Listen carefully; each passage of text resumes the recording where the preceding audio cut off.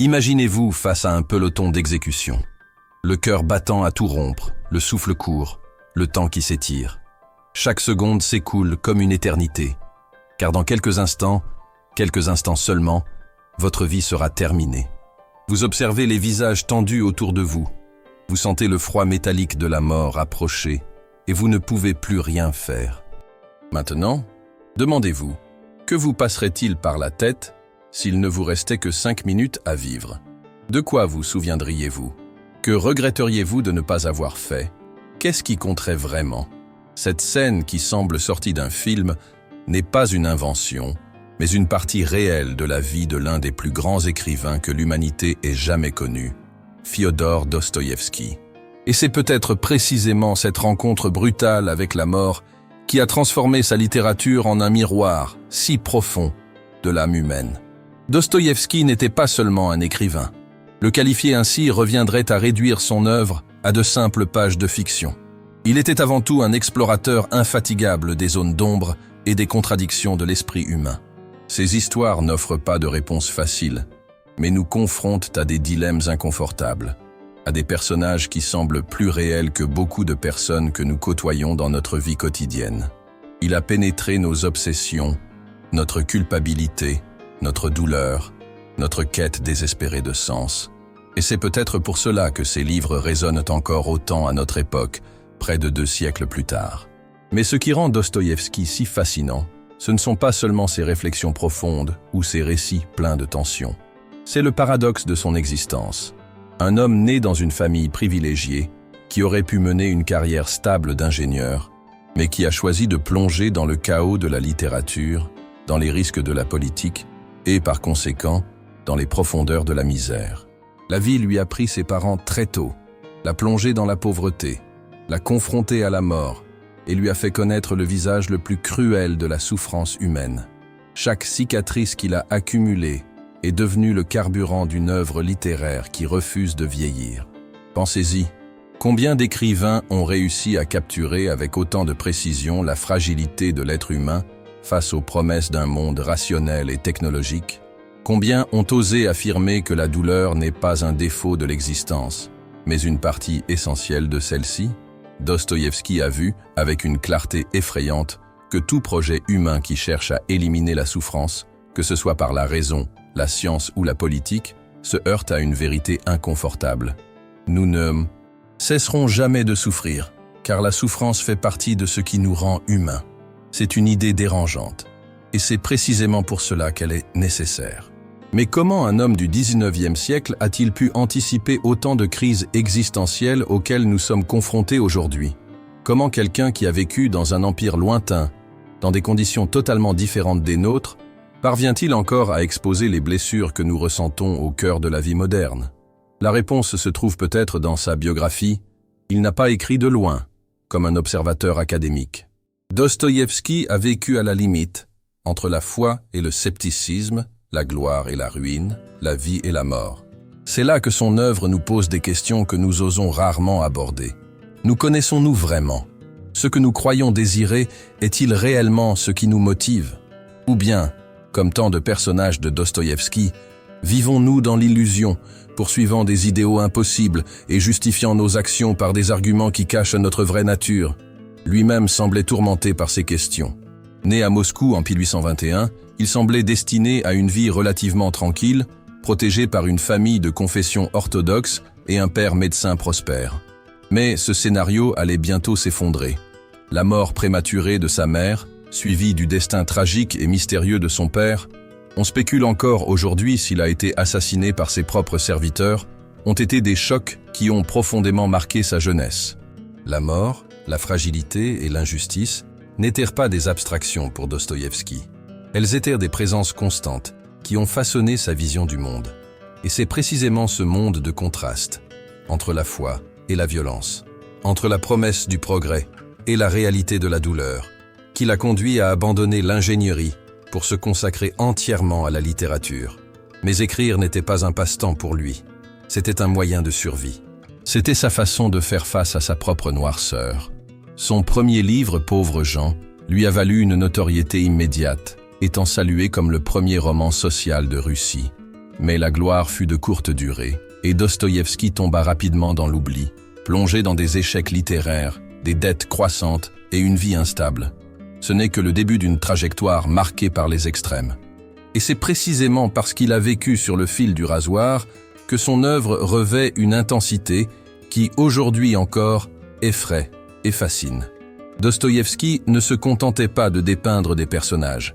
Il exposait l'âme humaine dans ses contradictions les plus crues, faisant de chaque roman un miroir troublant. Après tout, recherchons-nous vraiment le bonheur, comme nous le répétons sans cesse, ou notre essence secrète nous pousse-t-elle vers le conflit, la douleur et même l'autodestruction? Telles sont les questions que Dostoïevski a soulevées et qui résonnent encore dans les couloirs de notre esprit.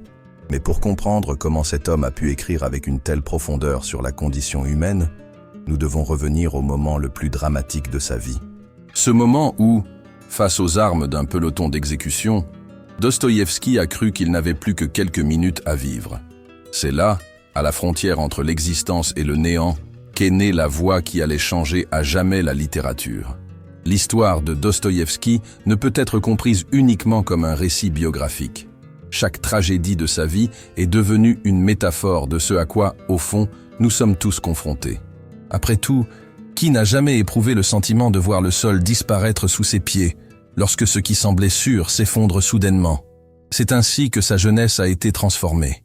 À 16 ans, il a perdu sa mère, emporté par la tuberculose, la même maladie qui fauchait des milliers de vies sans crier gare.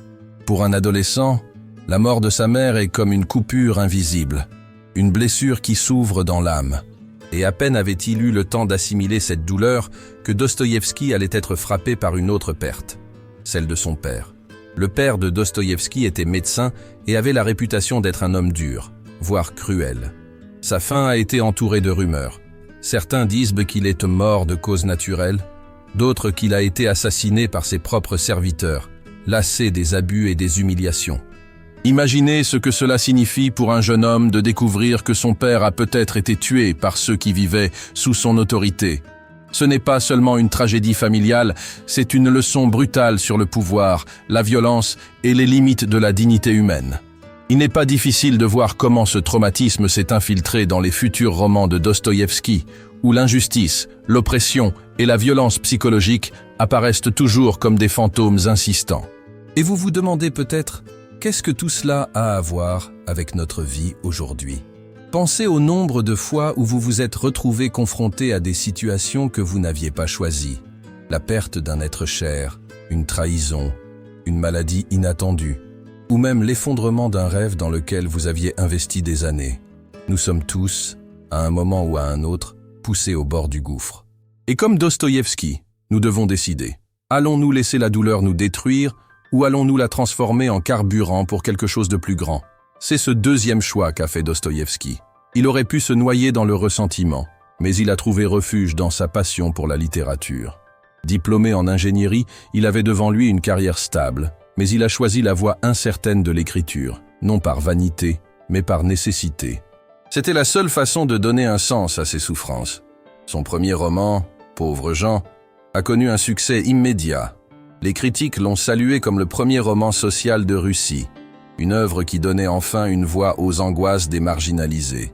Pour un jeune écrivain, cette reconnaissance semblait confirmer qu'il était sur la bonne voie. Mais la vie, comme toujours, ne se laisse pas dompter. Après des débuts prometteurs, ses livres suivants ont été des échecs. Imaginez la frustration, le sentiment d'avoir atteint le sommet pendant un bref instant, pour être ensuite repoussé vers le fond. L'éclat du succès s'est éteint trop vite, et Dostoïevski s'est retrouvé prisonnier de dettes, d'insécurité et d'un désespoir croissant. Peut-être avez-vous déjà ressenti cela vous aussi, ce moment où les efforts ne portent pas leurs fruits, où il semble que plus personne ne croit en vous. C'est comme si le monde vous avait tourné le dos, indifférent à votre combat. C'est dans cet état de vulnérabilité que Dostoïevski s'est rapproché de groupes d'intellectuels radicaux, des jeunes comme lui, préoccupés par les injustices sociales, fascinés par les idées de transformation. C'était au XIXe siècle, mais le sentiment était le même que celui que ressentent aujourd'hui de nombreux jeunes, celui que le système est défaillant, que quelque chose doit changer radicalement. Mais le prix de la rébellion était élevé à cette époque. En 1849, Dostoïevski a été arrêté avec ses compagnons. L'accusation, conspiration contre l'État. C'est là que commence l'une des périodes les plus choquantes de sa vie. Après des mois d'emprisonnement, Dostoïevski a été condamné à mort par fusillade. Le jour venu, lui et d'autres prisonniers ont été emmenés sur la place, ligotés et placés devant le peloton de soldats. Il était là, certain qu'il n'avait plus que quelques minutes à vivre. Pouvez-vous imaginer cela? Le compte à rebours n'est pas pour un concours, pour une échéance au travail ou pour un examen scolaire, mais pour la fin de votre existence. Pensez à votre réaction lorsque vous recevez une nouvelle qui semble être la fin. Un licenciement inattendu, un diagnostic difficile, la fin d'une relation qui vous brise le cœur. Multipliez ce sentiment par la certitude absolue qu'il n'y a pas de retour en arrière possible. C'est ce qu'a vécu Dostoïevski.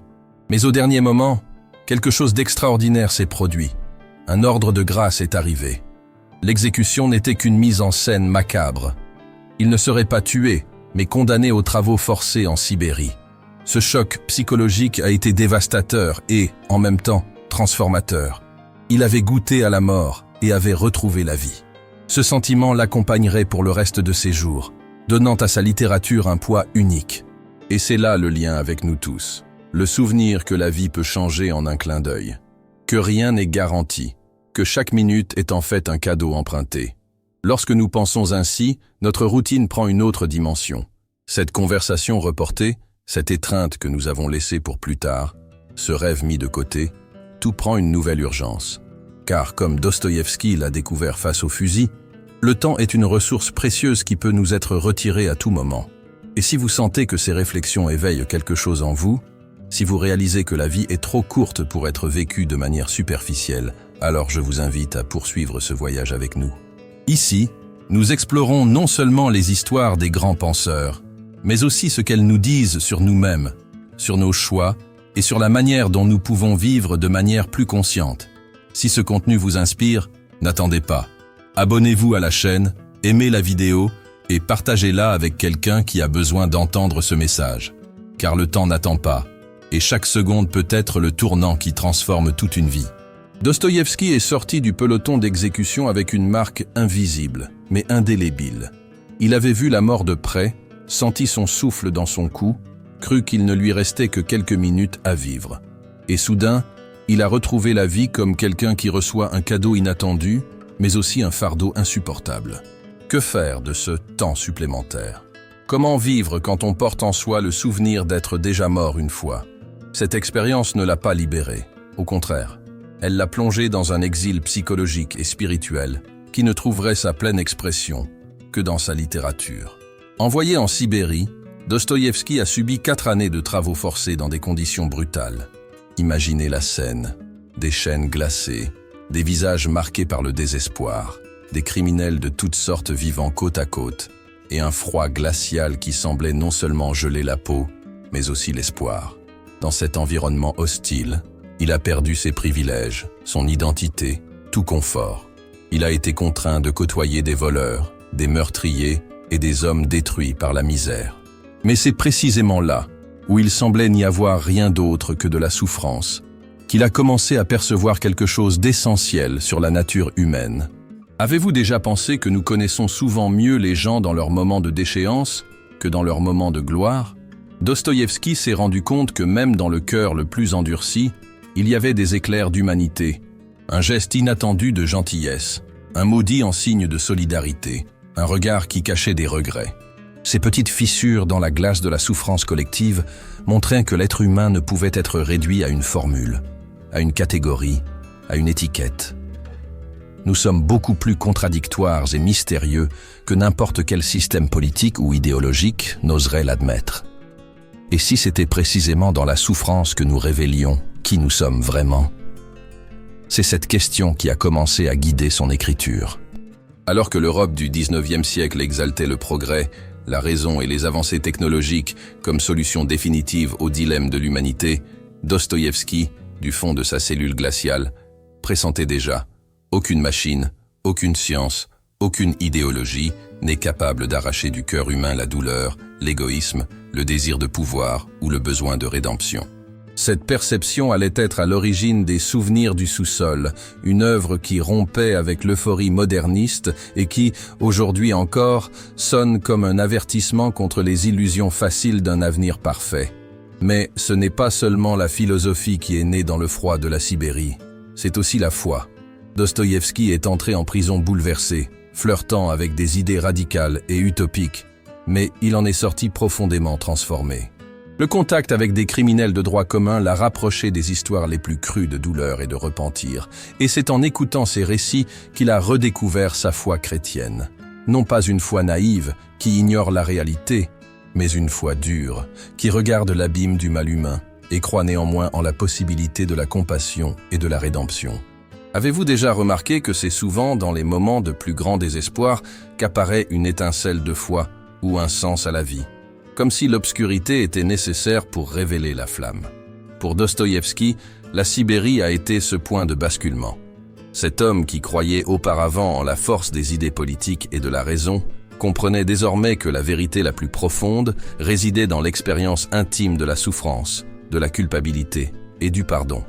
Ce changement l'a non seulement sauvé en tant que personne, mais l'a également transformé en tant qu'écrivain.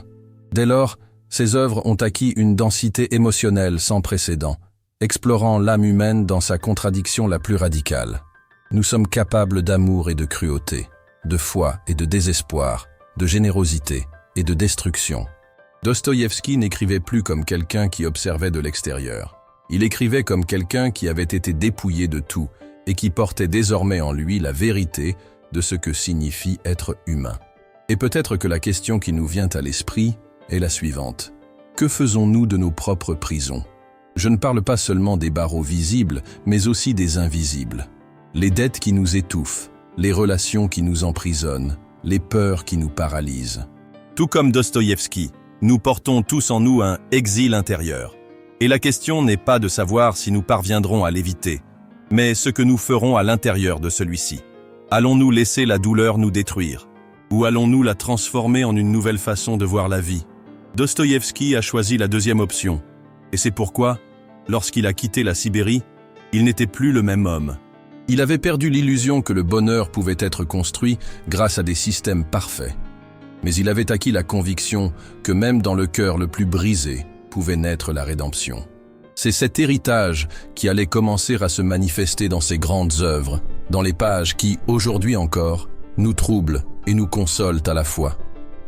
Et si vous pensez que cette histoire est déjà intense jusqu'ici, attendez de savoir ce qui s'est passé ensuite. Car c'est précisément à son retour d'exil que Dostoïevski a commencé à écrire les livres qui allaient changer à jamais la littérature mondiale. Et si je vous disais qu'au fond, vous ne voulez pas être heureux, que même en ayant tout ce dont vous avez toujours rêvé, vous trouveriez un moyen de saboter votre propre joie? Cette provocation ne vient pas de moi, mais du cœur de l'une des œuvres les plus troublantes jamais écrites, Les Carnets du sous-sol de Fyodor Dostoïevski. Un livre court mais explosif qui semble nous regarder comme un miroir inconfortable. Dans ce livre, Dostoïevski donne la parole à un narrateur anonyme, connu uniquement sous le nom de l'homme du sous-sol. Un ancien fonctionnaire amer, isolé, rancunier, mais aussi d'une honnêteté brutale. Et c'est peut-être justement cette honnêteté tranchante qui dérange tant, parce que, d'une certaine manière, elle nous révèle non seulement la noirceur d'un personnage, mais aussi la nôtre. Qui n'a jamais pris plaisir à se faire du mal avec des pensées autodestructrices? Qui n'a jamais insisté sur des choix irrationnels, même en sachant qu'ils nous conduisaient à la souffrance? L'homme du sous-sol ne croit pas à la promesse d'une société parfaite, construite par la raison et la science. Pour lui, ce rêve est un mensonge, car il ignore ce qui nous rend essentiellement humains, la contradiction. Il insiste sur le fait que l'être humain n'est pas seulement un animal rationnel en quête de bonheur. Nous sommes, au contraire, des êtres qui rejetons souvent le bonheur simplement pour prouver que nous sommes libres. Et c'est là que réside le coup le plus dur de Dostoïevski. Même face à la possibilité d'un paradis terrestre, nous choisirions le chaos. Avez-vous déjà remarqué que parfois, plus le chemin vers la paix semble simple, plus nous décidons de le compliquer? Une relation qui pourrait être résolue par une simple conversation se transforme en des mois de silence. Une opportunité professionnelle est laissée passer par orgueil. Une vie stable est détruite par des décisions irréfléchies. C'est comme s'il y avait en nous un instinct secret qui nous pousse vers l'abîme, juste pour prouver que nous ne sommes pas les rouages prévisibles d'une machine. Dostoïevski anticipait quelque chose que la psychologie et la philosophie moderne confirmeraient plus tard. L'être humain a un besoin viscéral de se sentir maître de ses choix, même lorsqu'ils le détruisent. Et n'est-ce pas ce que nous voyons encore aujourd'hui de manière répétée?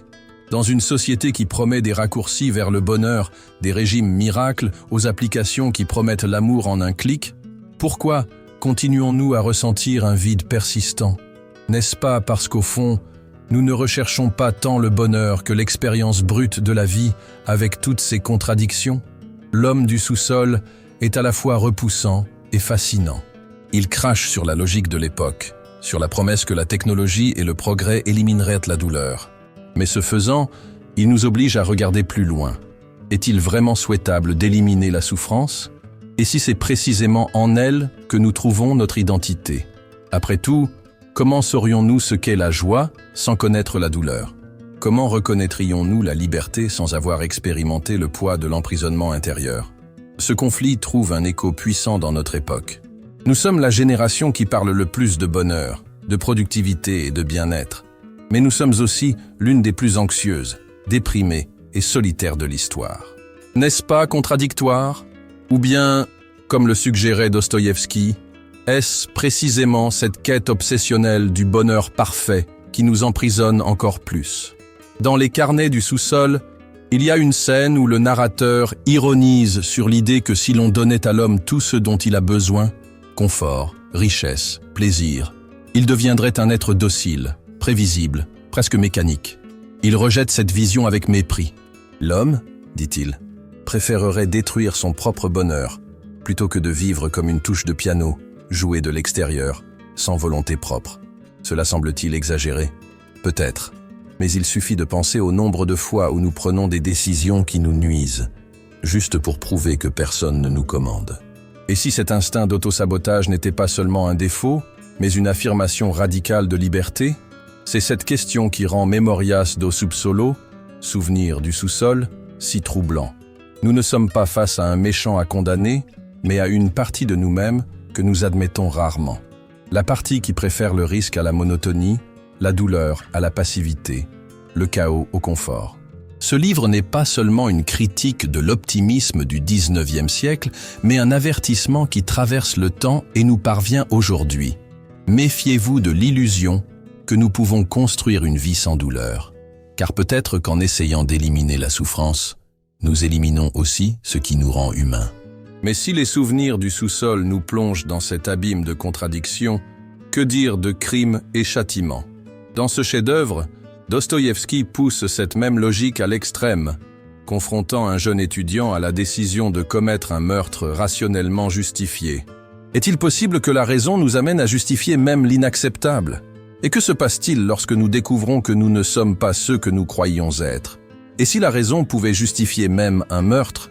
Et si, face à la misère, vous vous convainquiez que tuer une personne serait non seulement acceptable, mais nécessaire pour le bien commun? C'est la provocation brutale que Dostoïevski lance dans Crime et Châtiment, l'une de ses œuvres les plus troublantes et les plus géniales. Nous ne sommes pas face à un simple roman policier, mais à une autopsie de la conscience humaine, une dissection de nos justifications les plus secrètes et de nos autotromperies les plus dangereuses.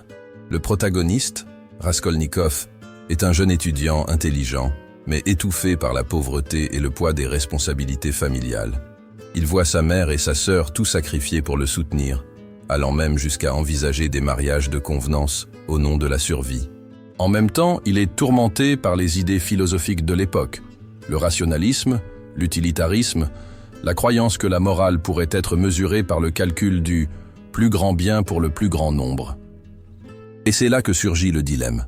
Pourquoi une vieille usurière, cruelle et inutile, devrait-elle continuer à vivre si sa mort permettait à l'argent qu'elle gardait d'aider tant de gens? Avez-vous déjà remarqué comment, à certains moments, notre esprit fabrique des justifications apparemment logiques pour des décisions que nous savons au fond être mauvaises? C'est comme quand quelqu'un se dit « Je mérite cette trahison, car je n'ai jamais été vraiment aimé » ou « Ce n'est pas grave de… » Mentir, car c'est pour une bonne cause. Raskolnikov a poussé ce raisonnement à l'extrême. Il s'est convaincu qu'il était un homme extraordinaire, quelqu'un au-dessus de la morale commune, autorisé à commettre un crime au nom du progrès et de la justice. Il tue la vieille usurière, mais quelque chose d'inattendu se produit. Au moment du crime, une deuxième personne apparaît, la demi-sœur de la victime. Et sans l'avoir prévu, Raskolnikov la tue également. La raison qui, jusqu'alors, soutenait son courage commence à s'effriter. Il croyait être prêt à agir comme un homme supérieur, mais il découvre qu'il ne peut supporter le poids de sa propre conscience. Et c'est là que survient le premier grand revirement. Sommes-nous vraiment ceux que nous croyons être? Combien de fois avez-vous été certain de réagir d'une certaine manière face à une situation, mais lorsque celle-ci s'est produite, vous avez agi de manière complètement différente? Raskolnikov croyait être fort, implacable, capable d'agir au nom d'un idéal. Dans la pratique, il s'est révélé fragile, confus, trop humain. Le reste du roman est une plongée dans le tourment psychologique de ce personnage. Chaque jour qui passe, il est rongé par la culpabilité, la fièvre, la peur d'être découvert. Mais le pire n'est pas le risque d'emprisonnement. Le pire est de réaliser qu'il ne peut pas échapper à lui-même. La raison qui semblait auparavant si solide se transforme désormais en un tribunal impitoyable. Il n'a pas seulement tué une vieille femme, il a tué l'image qu'il avait de lui-même. Et c'est là la critique la plus sévère de Dostoïevski. Lorsque nous plaçons toute notre confiance dans la raison et le calcul froid de notre propre intérêt, nous ignorons ce qui nous rend humains, la conscience, la compassion, la foi. L'utilitarisme peut sembler convaincant en théorie, mais le cœur humain n'est pas une équation. Et tôt ou tard, l'irrationalité du sentiment s'impose, souvent de manière dévastatrice. Vous êtes-vous déjà demandé jusqu'où vous iriez pour défendre une idée à laquelle vous croyez? Et si vous aviez la possibilité de justifier une action moralement discutable au nom d'un prétendu bien supérieur, seriez-vous capable de vivre avec les conséquences? C'est cette provocation qui rend crime et châtiment encore si vivants aujourd'hui. Car bien que se déroulant dans la Russie du XIXe siècle, il traite de dilemmes auxquels nous sommes confrontés quotidiennement. Choisir des raccourcis, inventer des excuses, rationaliser des décisions que, au fond, nous savons être mauvaises. Au final, Raskolnikov n'est pas seulement un meurtrier. Il est un miroir dérangeant. Il nous montre que, souvent, nous ne nous connaissons pas nous-mêmes, que nous pensons vouloir la grandeur, mais que nous trébuchons sur notre propre fragilité, que nous croyons être rationnels, mais que nous sommes mus par des forces obscures que nous ne pouvons contrôler. Et pourtant, Dostoïevski ne laisse pas son histoire sombrer dans le désespoir absolu, car, même au milieu de la culpabilité et de la condamnation, il y a une possibilité de rédemption. La souffrance de Raskolnikov n'est pas seulement une punition, c'est aussi un chemin vers la transformation. Et c'est peut-être là le message le plus dérangeant et en même temps le plus porteur d'espoir. Il n'y a pas de vie sans douleur, mais la douleur peut nous sauver. Il n'y a pas de conscience sans culpabilité, mais la culpabilité peut nous conduire au repentir. Il n'y a pas de chute qui ne puisse, à un certain niveau, ouvrir la voie à la rédemption.